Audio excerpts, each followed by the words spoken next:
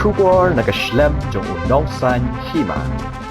Agi kendiat sengi baladep nakaliang Menteri Rangba ka jela ukonrat sangma ulayatu bak sarkar jela kalakot ikispai duriau banwan yarap banyo sei yakamet jong sangut kibru ke balasa akut hakrem dawyong ha umpleng bat nakaliang jong ki sipai duriau kelapoi ban ai jingerap yak sarkar jela bakinla ban ngam sapo jong kini kikrem hendrai kidon kam bantan ya ke sabar bakinla ban ngam kenang ba kanam don kano kejing yaki susu nakaliang Menteri Rangba ulai itu ba menda udang ap ya kakai pot bat kamde ka besuk namar ka kadang kiu man la kasngi ki sipai duriau ki NDRF ki SDRF ka Coal India kelawan banya trailang bat ka sorkar bat nakaliang ka sorkaru kadang wat kilat tilenti banyo ban saino ya kini kisangut kibreu ki belasa kot apo kani ka krem doyong.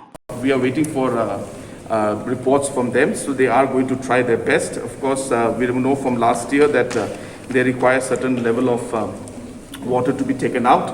So those aspects are still being worked at. It's not an easy situation with the water continuously, even after being pumped out, it rises up again.